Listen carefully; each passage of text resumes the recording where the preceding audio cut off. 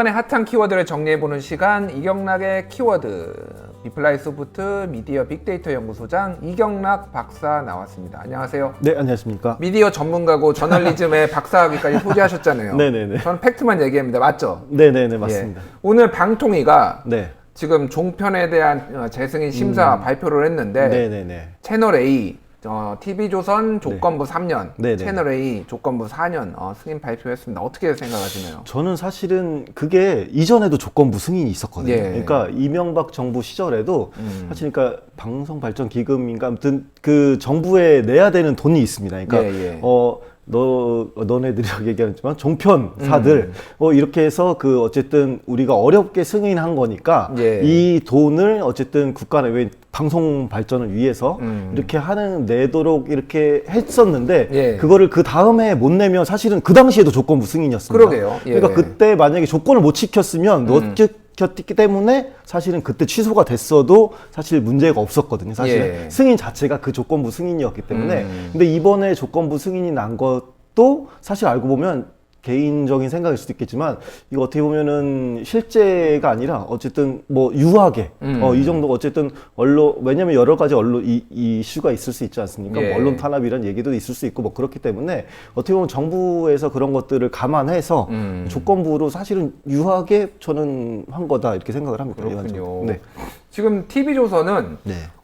공정성에서 200점이 과락인데 100점밖에 절반밖에 못 받았어요. 그래서 네네. 공정성 지수에서 어마어마하게 떨어졌고 네, 그렇습니다. 채널 A 같은 경우에는 지금 아예 지금 조작 의혹이 있잖아요. 네네, 지금 그 그렇죠. 채널 A 기자가 협박하고 네네네. 조작하는 그런 의혹까지 있는데 이런 것들이 지금 제대로 평가가 된 것이냐? 우리 평가가 안 됐죠. 게시판에서도 지금 난리가 났습니다. 네, 사실 그것 때문에. 평가가 안 됐고 예. 예전에도 제가 말씀드렸지만 사실은 이명박 정부에서 조건부로 승인한 거를 못 지켰기 때문에 그때 사실 취소가 됐어도 상관이 네. 없었던 거였고 그리고 이번 같은 경우에도 사실 조건부로 열어놓긴 했지만 공정성이나 이런 부분들이 굉장히 많을 수 있기 그 이슈가 되고 있기 때문에 이것도 어떻게 보면 생각보다 좀 유한 조치가 아니었나 뭐 이런 생각이 좀 들고 있습니다. 알겠습니다. 저희가 이 문제는 추후에 저희 핫식스에서 한번 제대로 다시 다뤄보고 어떻게 해야 어떤 언론 환경은 좀 청정하게 만들 수 있는지 저희가 같이 고민을 해보도록 하고요. 네네. 자, 오늘 본격적으로 방송 시작해보죠. 네. 자, 정치 분야부터 키워드 보도록 할 텐데 네.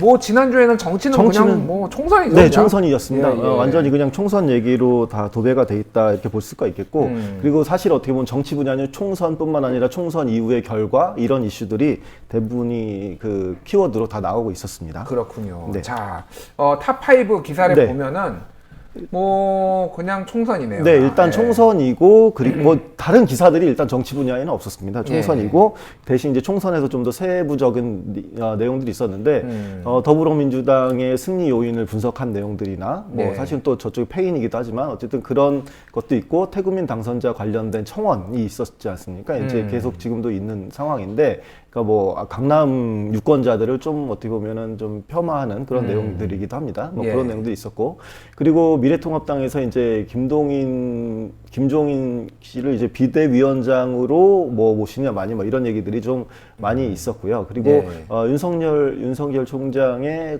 그 검언 유착 수사 주시한 내용 이런 것들이 정치 분야에서 탑5로 갔습니다. 그 중에서 더불어민주당의 승리 요인 네. 분석 이거를 다음과 네이버를 따로 보신 거죠? 따로서 봤습니다. 예. 그래서 아무래도 이제 이 내용과 관련해서는 좀 어떻게 보면은 그 당파성 혹은 그러니까 내가 어디를 지지하느냐에 따라 좀 다르기 때문에 그런 내용들이 있었고요. 예. 제가 요거 말씀드리기 전에 먼저 한마디 말씀드리면 예. 실제로 이제 저희가 득표수로 또 얘기를 하지 않습니까? 그러니까 예. 득표수 같은 경우 사실 이게 의석수로는 거의 2대1에 갈 거 1.9대1 정도에 이제 거의 가까운 그게 나왔었지만 예. 실제 득표수를 계산해 했을 때는 총 지역구 득표수하고 그리고 비례정당, 그러니까 위상정당 이렇게 두 정당 표를 다 합쳐서 이제 제가 계산해 봤더니 거의 1.1대 1 정도입니다. 그러니까 예. 득표에서는 그런 차이가 좀 사실은 득표에 비해서 어떻게 보면 표가 실제 의석수는 많이 벌어진 거죠. 그러니까 네. 예전에 미국 총선 때 지난번에도 이제 힐러리가 뭐 거의 280만 표 차 이겼지만 힐러리가 당선되지 못하고 이제 트럼프가 됐던 것처럼 사실 표가 그대로 같다라고 보기는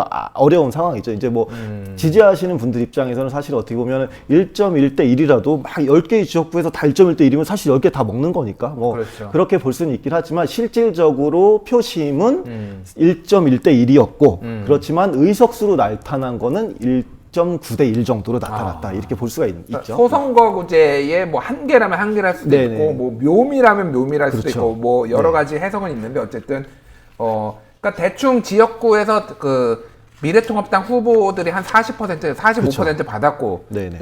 민주당 후보들이 대충 55% 정도 그렇습니다. 받았고 이 정도 비율로 네네, 대충 그렇습니다. 예. 평균을 내보면 그렇다라는 거예요. 네. 그런데 이제 이런 것들에 대해서 너무 과도하게 해석을 하거나, 그러니까 예를 들어서 여당 입장에서는 우리가 완승이다라고 할 건 아니라는 거죠. 이게 대통령 선거로 가게 되면 이제 이 표가 또 사실은 그렇게 큰 차이가 아니기 때문에 뭐 이런 부분들을 감안해서 이게 좀 해석할 필요가 있을 것 같습니다. 알겠습니다. 자, 네이버부터 먼저 총선 결과 클라우드를 보도록 하죠. 네, 클라우드 보면 사실은 이제 뭐 그 국민 뭐 선택이다 뭐 이런 것들 얘기 있었지만 이제 네이버 같은 경우에는 어떻게 보면 여기 댓글이라는 얘기가 좀 크게 나와 있는데 요 내용이 왜냐면 그러니까 댓글 조작이니 뭐 그 이런 얘기들이 네이버에서 상당히 있었지 않습니까? 예, 그러니까 예. 네이버 뭐 무슨 조선족 뭐 이런 얘기들까지 있었는데 이제 어떻게 보면은 좀 그 승리한 여당 쪽에 있는 분들이 야 이런 댓글 다 사실 알고 보면 그게 실제가 아니다. 그러니까 니들끼리 한 얘기다라고 해서 이제 승리를 선언하는 식의 그런 내용들이 많이 있었습니다. 그리고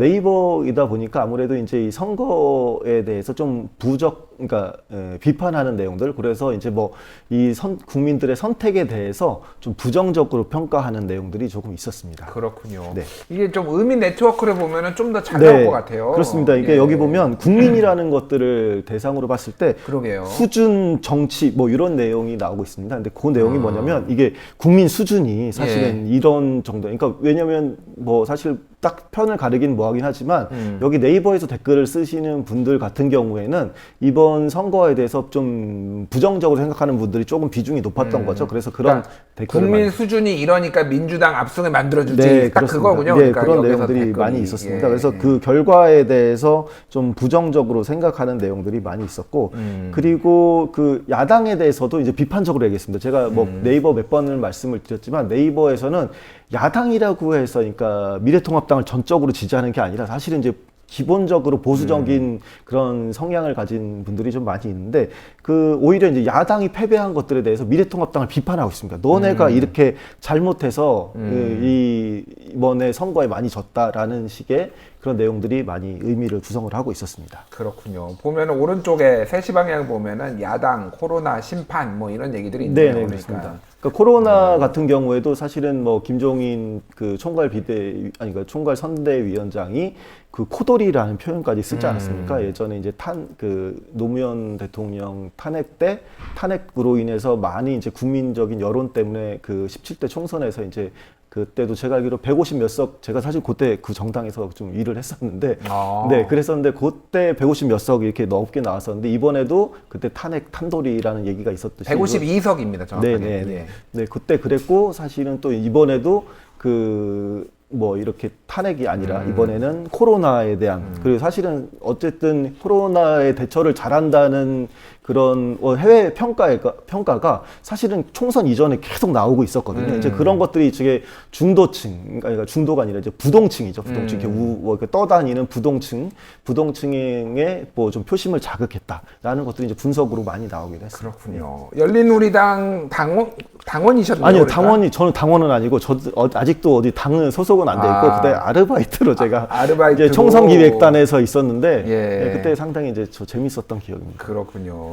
이겼으니까 더 재밌었겠네요. 야, 그럼 당시에는. 그때 예, 참 예. 재미가 있었습니다. 어쨌든 그때 그 당시에 이제 저 개인적으로 이제 예. 김부겸 의원이랑도 여러 가지 정치 얘기도 많이 하고 김부겸 의원이요? 네네. 그때도 이제 왜냐면 그때 사실은 당 옮긴 지 얼마 안 됐을 맞아요. 때거든요. 예, 근데 한나라당에서 옮겼어요. 네, 그때 예. 옮겼는데 이제 그때 정치적 비전을 얘기해 주신 게 저는 사실은 굉장히 재미있었거든요. 그러니까 그때 오히려 민주당이 사실은 합리적 보수 성격이고 뭐 그렇기 때문에 사실 진보 정당들이 더 나와야 된다 이런 얘기를 사실 17대 때 하셨었거든요. 김부겸 의원이 2004년에 벌써 그런 네, 얘기를 그런 했다고요? 얘기를 했었습니다. 오, 그렇군요. 이거 밥 재밌네요. 먹으면서 이게 반주를 하면서 그렇게 얘기하셔서 그런 분인데 근데 사실 그렇게 얘기를 하셨어요. 그렇군요. 알겠습니다. 자, 다음을 한번 보도록 하죠. 네.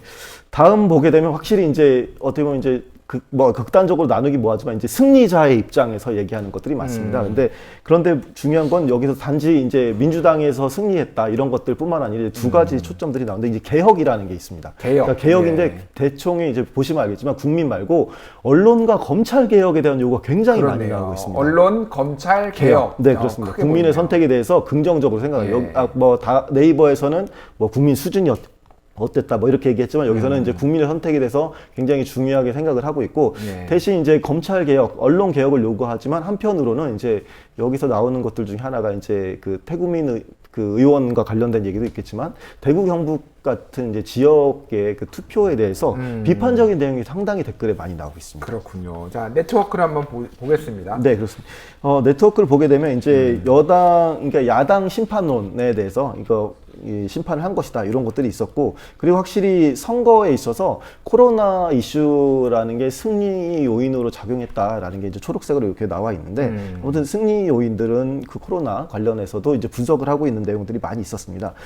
다만 방금도 말씀드렸듯이 이제 특정 지역 강남이나 대구 경북 지역에 대한 이제 좀 비판적인 것, 거의 비하에 가까운, 뭐 혐오에 가까운 그런 내용들이 댓글에 많이 등장을 하고 있었고요. 그리고 요구 사항으로 이제 그 가장 많은 댓글, 그러니까 공감을 받은 댓글 역시도 언론과 앞으로 이제 언론이랑 검찰 개혁이 필요하다 이런 맥락이었고 사실은 이 총선에서 이기고서 댓글에서 이제 언론 개혁, 뭐 검찰 개혁 얘기를 했는데 방금도 말씀드린 것처럼 그 처음에 지적하신 것처럼 언론 개혁의 일환 중에 하나가 사실은 이제 종합 편성 채널 이런 것 부분에도 있기 때문에 그 언론 개혁 요구들이 어떻게 보면 이번 결정이 사실은 조금 애초에 언론 개혁을 요구하는 댓글 민심과는 조금 다르지 않나 뭐 이런 생각도 좀 듭니다. 알겠습니다. 자, 경제 분야를 보도록 하죠. 경제 분야 키워드들을 보면은 뭐 아무래도 코로나 얘기가 좀 많은 게 많이 왜냐하면 있습니다. 코로나 이후의 경제 여파들이 워낙 크기 때문에 코로나 관련된 내용들이 어휘들이 많이 있고 그리고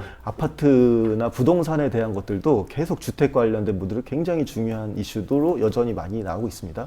그리고 또 오늘 다룰 내용이긴 한데 이제 쿠팡이라고 하는 어쨌든 뭐 그 배송 그러니까 온라인 쇼핑몰이죠. 그 쇼핑몰에 이제 그 어쨌든 손해 안 본 것만 해도 다행이라는 식의 이제 그 내용들이 이슈가 되면서 있었고요. 그리고 긴급재난지원금 관련된 내용들도 있었습니다. 네, 탑5 기사를 보면은 긴급재난지원금 지급 관련해서 이제 뭐 실제로 70%될 거냐, 뭐 100%될 거냐, 뭐 이런 얘기들도 많이 나왔었고요. 그리고 강남의 부동산, 뭐 전세도 많이 빠졌고 지금 가격 하락하고 있는 내용들이 사실은 굉장히 큰 이슈로 많이 나왔습니다. 그리고 말씀드린 대로 쿠팡이 사실은 계속 이제까지 적자에도 불구하고 뭐 그 택배 비용들을 상당히 이제 그 많이 사실 자부담을 하면서 이제 그런 쇼핑몰로서 성장을 하고 있었는데 손실이 감소하고 이제 뭐 이제 앞으로 흑자 보일 것 같다. 이제 한국의 아마존 손실 폭이 감소했다라는 거죠, 정확하게. 손실 폭이 감소한 거죠. 그러니까 손실이 안 난 게 아니라 이 흑자로 전환한 것이 아니라 이제 손실 폭이 감소하고 있는데 이렇게 가게 되면 나중에 이제 아마존처럼 될 수 있다. 뭐 이런 식의 관점들이 있었고요. 그리고 개인 투자자들 뭐 몇 차례 이제 말씀드렸지만 이제 그 투자들 이제 어떻게 보면은 사실 외국인들이 삼성전자도 순매수하고 뭐 이렇게 되면서 사실 어떻게 보면 개인 투자자들이 이번에 승리한 거 아니에요. 뭐 이런 것들도 있지만 이런 투자 분석에 대한 내용들도 있었고요. 그리고 IMF에서 한국 경제 성장률을 마이너스 1.2% 하향 조정을 했습니다. 그런데 사실은 이게 하향이긴 하지만 OECD에서는 제일 왜냐하면 코로나 때문에 다른 데도 굉장히 많이 하락하고 있는데 그나마 정말 OECD에서도 가장 덜 하락하는 것으로 미국이 나왔습니다. 제 기억으로 마이너스 5.7%고요. 아마 유럽연합이 7%인가 뭐 7.5%인가 마이너스 7.5%가 그 정도니까 한국이 마이너스 1.2면은 매우 엄청 선방이다. 선방을 한 거예요, 사실은. 전망치로 보면. 네, 그렇습니다. 이 중에서 쿠팡을 준비를 하셨는데 보도록 하죠, 일단. 네, 일단 쿠팡에 대해서 그 일반적인 네티즌들이 의식하고 있는 것들이 저기 일본이랑 연관이 많이 되어 있습니다. 왜 이렇게 일본이 큰가요? 네, 이게 손정희 씨가 그래도 그 투자를 했기 때문에 손정희 씨가 아마 1조 원인가 투자를 했던 걸로 기억을 해요. 소프트뱅크 회장. 네, 그렇게 많이 투자를 했는데 이제 그것을 가지고 이게 실제로 일본에서 일본 돈이 들어왔는데 이게 사실 일본 자금 아니냐 이런 일본 식으로 기업 아니냐 비판하는 식의 내용들이 상당히 많이 있었습니다. 그리고 어떻게 보면 그리고 그 기업 입장에서는 굉장히 좀 긍정적인 걸 수 있는데 쿠팡이라고 하면 저기 로켓 배송 딱 뜨이지 않습니까? 이제 이게 이제 확실하게 이미지로 자리 잡았습니다. 그래서 굉장히 빠르게 배송하고 있는 그런 시스템 자체가 이 쿠팡이라는 그런 그 온라인 쇼핑 브랜드를 굉장히 많이 올렸고요. 그리고 말씀드린 대로 이제 그 기사 자체가 이게 적자 폭이 줄어들었음에 큰 것을 굉장히 긍정적으로 편성을 하고 있거든요. 그러니까 그렇군요. 흑자 전환이 아니라 적자가 이제 줄어들면 언젠가 이제 흑자가 될 것이다라는 관점에서 한국의 이제 아마존이 될 수도 있다라는 식의 관점들이 이제 그 어휘로 많이 등장을 했습니다. 그렇군요. 자, 자, 워드 의미 네트워크를 네. 보겠습니다. 의미 네트워크 보면은 일본 자본이라는 게 굉장히 그 강하게 있습니다. 쿠팡은 일본 그렇네요. 자본이니까 핵심적인 게 일본 자본 그리고 로켓 배송 말씀드린 한시 쪽에 보면 녹색, 한시 네. 쪽에 녹색이 네. 일본 자본. 일본 자본이다. 그러니까 왜 일본 자본이 들어와 있는데 이렇게 긍정적으로 볼 거냐라고. 그러니까 어떻게 보면은 반일 정서가 계속 뭐 오랫동안 이어지고 있는데 예. 그런 것들이 그 일이 쿠팡에도 좀 이어지고 있다 이렇게 볼 수가 있겠고 말씀드린 로켓 배송에 대한 내용들. 그래서 택배 기사들이 사실은 새벽 배송도 하고 뭐 이런 것들에 대해서 긍정적으로 평가하는 내용들이 상당히 많았습니다. 뭐 노동 환경이나 이런 거 일부에서는 좀 비판적으로 이게 너무 힘들다라는 내용도 있었지만 어쨌든 쿠팡의 로켓 배송이라는 것들이 택배 기사 때문에 이제 어쨌든 성과를 본 것이다. 이런 식의 그 내용들이 많이 있었고, 그리고 이제 여기선 제대로 이게 막 딱 뚜렷하게 드러나진 않았지만, 최근에 이제 쿠팡의 이제 플렉스라고 하는 좀 뭐 새로운, 그러니까 뭐 쉽게 아르바이트처럼 할 수 있는 그런 물류 배송들에서 이제 뭐 심지어 이제 연예인도 얼마 전에 TV에 출연해서 자기가 그 일을 하고 있다라고 얘기했었던 것처럼 그런 식의 물류 시스템 덕분에 성공했다라는 내용들이 댓글에도 이제 많이 있었습니다. 그렇군요. 사실 쿠팡은 뭐 외국 기업이냐 아니냐는 그런 거를 떠나서 이거를 이제 독점을 하게 되면은 네. 이 정도의 서비스를 유지를 할 수가 있느냐, 할 네. 것이냐의 관점이 있는 것 같아요. 그러니까 그 뭐 배달의 민족 네네. 뭐 이 사태도 그러니까 딜리버리 히어로 네네. 사태에서 또 완전 독점을 하게 되면은 네네, 뭔가 그렇습니다. 이제 변동이 생길 텐데 그거를 믿을 수 있느냐의 좀 그 시각이 있는 것 같아요. 네, 그리고 실제 댓글도 보게 되면 굉장히 재밌는 게 이제 배달의 민족은 뭐 그러니까 배달의 민족과 비교하는 내용들이 상당히 있었습니다. 이제 어휘에는 딱 뚜렷하게 등장하지 않았지만 예. 배달의 민족은 그렇게 어쨌든 배신을 했지만 그러니까 쿠팡은 뭐 어쨌든 잘하고 있다 이런 내용들도 상당히 있었습니다. 알겠습니다. 사회 분야 키워드 보도록 하죠. 네, 사회 분야는 여전히 이제 코로나 관련된 것들 어쨌든 지금 굉장히 많이 확진자 수가 줄어들고 있는 추세라서 예. 다행스럽게 그러니까 그렇게 있었고 다만 이제 사회적 거리두기가 왜냐하면 이제 그 질본에서도 이제 우려할 정도로 사실은 지금 안심할 단계가 아닌데 그렇죠. 예, 그게 이제 얘기가 되면서 이제 질본의 발표나 이런 문제들이 이슈로 불거졌습니다. 그리고 또 그 붓다 엠번방 텔레그램 엠번방에 있는 붓다의 신상 공개가 되면서 그 내용들이 사회 분야에서는 굉장히 중요한 이슈로 키워드로 많이 등장을 했습니다. 그렇군요. 탑5 보면은 조주빈 공범, 강원 신상 공개 네. 이게 제일 네. 이슈였네요. 네, 그렇습니다. 이게 그 어쨌든 신상 공개와 관련된 것도 있었고 이 이후에 이와 관련해서도 이제 그 공범 그러니까 강원 측에서 이제 이거 신상 공개는 마녀 사냥이다 뭐 이런 식으로 얘기를 했었던 게 있거든요. 이제 그게 또 다시 이슈가 됐었고요. 그리고 코로나19에 대한 상황들, 확진자 상황들이 있었고 그리고 다른 공범들이 많이 또 이제 잡히거나 혹은 이제 적발이 됐습니다. 그래서 그 엠번방 공범 이슈들이 또 다른 이제 신상 공개와 다르게 또 있었고요.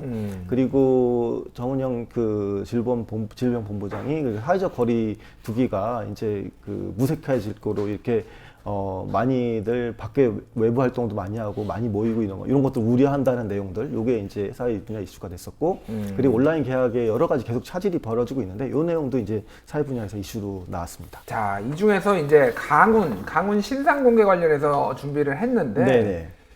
이 미성년자잖아요. 네, 그렇습니다. 그러니까 18세보다 낮아요, 어린 네네. 나이가. 그래서 네네. 이게 이제 해야 되느냐 말아야 되느냐 네, 논란이 그렇습니다. 있었고 네. 결국은 했습니다. 네, 했습니다. 경찰이 했어요. 얼굴은 공개를 안 하고 네. 신상만 공개를 했어요. 정확하게. 네. 그렇죠. 예. 이 신상 공개에 관해서 댓글들을 보게 되면 예. 일단 인권이나 뭐 이런 것들을 여기서 이제 보장해야 된다는 내용이 아닙니다. 그리고 저기 저 인권 보장이 아니라 무슨 개뿔이 인권이다. 인권이야. 네, 그러니까 그렇군요. 댓글 특성이 이제 제가 몇 번 예. 말씀드렸지만 그 엠번방 관련해서는 예. 굉장히 네이버나 다음이나 굉장히 이제 격분하는 게 사실 많지 않은 그런 내용들이었는데 마찬가지로 이 강훈의 인권에 대해서 그런 걸 존중할 필요가 없다라는 식의 내용들이 많이 있었고 저기도 마녀 사냥이라는 내용이 마녀 사냥 아니야 이게 아니라 무슨 변호사가 마녀 사냥이라고 이게 왜 마녀 사냥이라고 해서 댓글 통해서 되게 화가 나신 분들이 무슨 이게 개뿔 마녀 사냥이냐 그러니까 이거죠. 인권도 예. 그렇고 마녀 사냥도 그렇고 그런 거 아니다. 그리고 저번에 말씀드렸지만 이제 피해자에 대한 얘기들이 사실 많이 나오고 있습니다. 그러니까 예. 어떻게 보면 저희가 이 시간에 예전에 이제 연예인들 그러니까 그 먼저 생을 스스로 마감하신 분들 얘기하면서 피해자에 대한 얘기들이 많이 이제 그 댓글이나 이런 게 나오기 예. 나왔다 말씀을 드렸었는데 이 이슈만 하더라도 사실은 피해자 그러니까 뭐 가해자만 욕하는 게 아니라 피해자에 대해서도 우리가 보호해야 되는 피해자 입장에 대해서 얘기하는 내용들이 굉장히 댓글에 많이 나오고 있습니다. 그렇군요. 자, 의미 네트워크를 보겠습니다. 네, 그 의미 네트워크를 보게 되면 아무래도 방금 말씀드린 것처럼 전체적으로 이 욕입니다. 예, 그러니까 신상 공개는 당연히 해야 된다라는 것들이 그렇고 그리고 말 그대로 이제 얼굴까지 공개해야 된다. 얼굴 공개해야 네, 된다. 그러니까 이게 여기서는 미성년자에 대한 논쟁이나 이런 것들이 거의 나타나지 않고 있습니다. 그러니까 미성년자인지 아닌지의 여부에 따라서는 뭐 옳고 그름에 대한 들이 많이 나타나지 않고 오히려 피해자나 이런 생각을 피해자 생각을 더 해야 된다 이런 것들이 많고 범죄자 인권에 대해서 보호할 필요가 없다라는 내용들이 굉장히 많이 있었고 동시에 이제 변호사가 이제 그 말을 했기 때문에 변호사에 대해서 비판하는 내용도 상당히 많이 있었습니다. 그러니까 조주빈뿐만 아니라 이제 강훈의 변호사에 대해서도 이런 사람들을 변호하는 것들에 대해서 좀 비판적인 내용들이 사실 댓글에 많이 나타나고 있었습니다. 그렇군요. 알겠습니다. 예. 분석을 잘 해주셔서 감사드리고요. 오늘도 미키마우스, 지난주에도 네. 미키마우스 입고 나오시지 제가 않았나요? 오늘 그 출장 갔다가 급하게 오는 바람에 예. 네, 이게 뭐 아니면은 의상비라도 주시면 의상팀을 마련해 주세요. 저 사실 어떻게 보실지 모르겠지만 사실 예. 분장도 안 하고 들어오고 있는 거거든요. 예. 제가 다른 방송에 나갈 때는 분장도 해주시는 분들이 예. 있었는데 여기에 그거 안 해줘가지고 열악합니다. 저도 심지어 제가 혼자 합니다. 저도 예. 사실은 그럼 다음 주부터 제가 분장을 하고 들어오는 걸 스스로 하고 이렇게 와야겠다 생각해요. 알겠습니다. 지금까지 이경락 박사였습니다. 감사합니다. 네, 감사합니다.